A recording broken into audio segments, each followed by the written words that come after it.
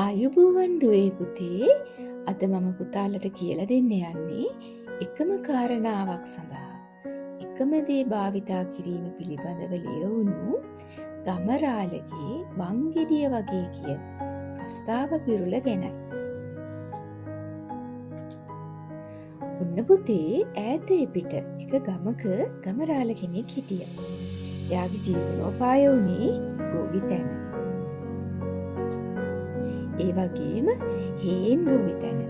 ඉතින් ඒ නිසා මේ ගමරාල දවසේ වැඩි කොටසක් හිටියේ කුඹුරේ එහෙම නැත්තම් හේනේ.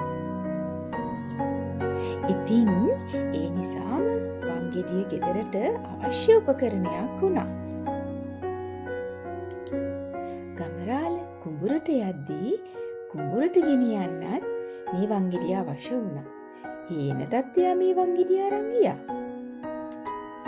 ඒ වගේම හාල් පිටි කරගන්නත් මේ වංගෙඩිය ඕනේ වුණා.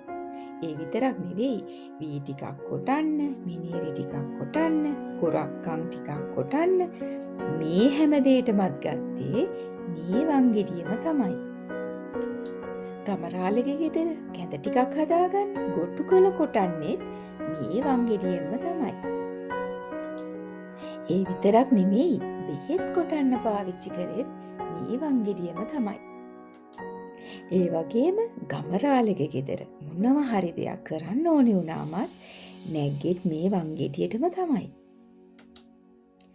ගමරාල එයාලා ගෙදරට කවුරු හරි ආවම ඉඳ ගන්න පාවිච්චි කරෙත් මේ වංගෙඩියම තමයි.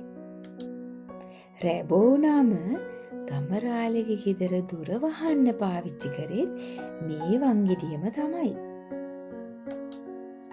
ඉතින් දුවේ පුතේ ගමරාල මේ විදිහට හැම දෙයකටම පාවිච්චි කරේ වංගෙඩිය. ඔන්න ඒක නිසා තමයි මේ කියන්නේ බොහෝ වැඩවලට එකම උපකරණයක් පාවිච්චි කරන අවස්ථාවලදී ගමරාලගේ වංගෙඩිය වගේ කියලා.